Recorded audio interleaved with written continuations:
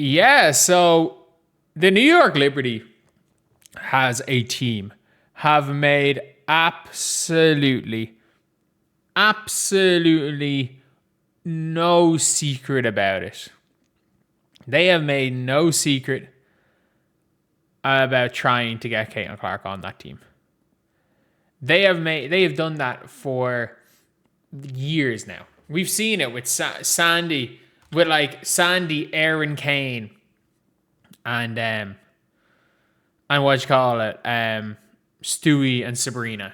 Like, they have made no secret about trying to get Caitlin there. You've got John Quell obviously being friendly with Caitlin as well, and it's one of those things where it's like they have absolutely, people saying John Quell Jones to Indy. The Indiana Fever cannot afford John Quell Jones. They cannot. They can absolutely not afford John Quell Jones. But it is. They have made no secret about wanting Caitlin Clark to New York Liberty. Will Caitlin Clark go to the Liberty? Probably not. It's going to be a tough one for Caitlin Clark. In order to get to New York, I don't really see a situation where Caitlin Clark's going to be able to get there. I don't see a situation where there's any sort of a trade package that can be given. But, like, of all teams, and this is one of the things people don't realize, like, of all teams that can sign Caitlin Clark, I don't think people understand that the Liberty is one of those teams that can trade for Caitlin Clark.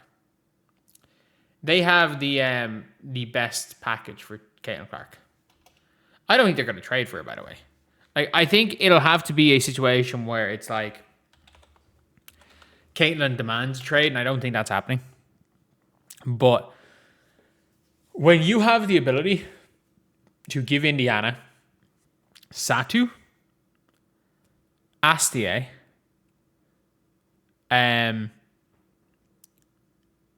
I think they have Johannes on another year deal on a minimum. And you still have control of all of your picks. Like, it's not out of the realm of possibility to afford that. Like, you can obviously they have this trade in them. Do I think it's going to happen? No. Someone said it's a fever left for Seattle. They're not trading for her tomorrow. It's just like the Phoenix Mercury. If you remember, like the Phoenix Mercury 2 years ago went out of. If Caitlin Clark stays in Indiana the rest of her career and this organization continues to be ran as badly as it is right now, we should just accept Caitlin's never winning a ring. Like, I don't know. This year is probably the Fever's best chance of winning the ring. But like, it is it's so clear to teams that are trying to change the mind of Caitlin Clark. Do I think they will? I don't know.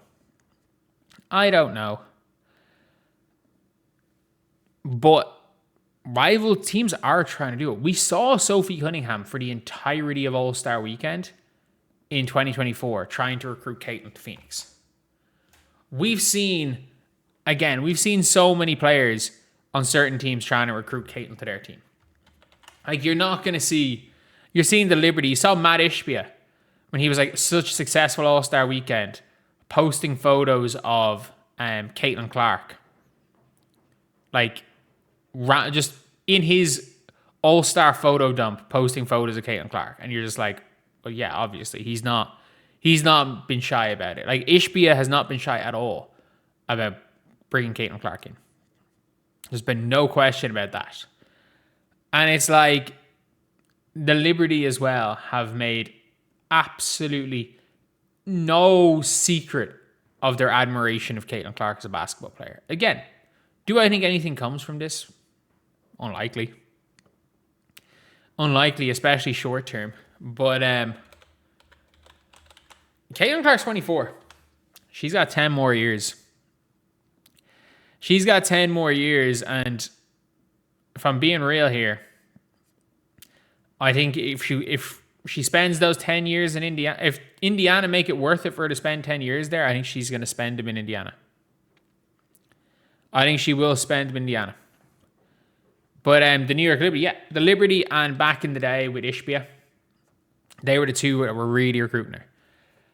I still think, again, when it comes to Indiana, that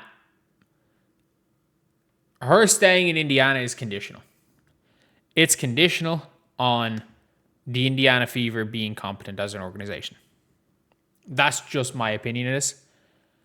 I think it is completely conditional on them being competent, on them playing a style that she's able to play, not having her become an isolation player like she was stages this season, not having her and Kelsey have to fight for a basketball. It is what it is. In a lot of scenarios, we have got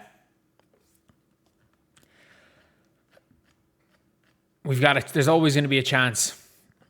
There is always going to be a chance, and I'm going to talk about it a little bit later with the salary cap situation, that they're kind of fucked. And again, like, we're not. I don't know what way Caitlin and Stephanie White are going to be able to be together as a coach. The last couple of games are looking good, though. The last couple of games are really good. Are looking good, but like,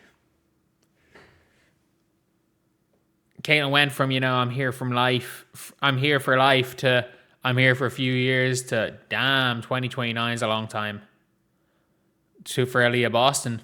So there's always a chance, and you know what? Certain teams are going to push for it. That being said, the odds of Caitlin demanding a trade are low unless they flame out. Unless they flame out this season, as in they come into the playoffs and get blown out in a sweep, the odds of her requesting a trade are low. Unless something like that happens, they are low. And I don't know what the hell they do next year. I'm talking a little bit about that in a video later. But teams are making it very clear that they will be welcome. And if you're the New York Liberty, I hate saying this, but like, the New York Liberty have some of the best trade packages forward. Have possibly the best trade package with Fever. When you get Astia on a 3-year minimum, when you have Satu in a direct swap for Lexi, and on both of them on a similar deal, when you have potentially, when you have multiple first-round picks, I think the Liberty don't care about their first-round picks. They just draft and stash. And like the Liberty, and when you have Han for another year as well, when you give up Han, like, they do actually have probably the best trade package.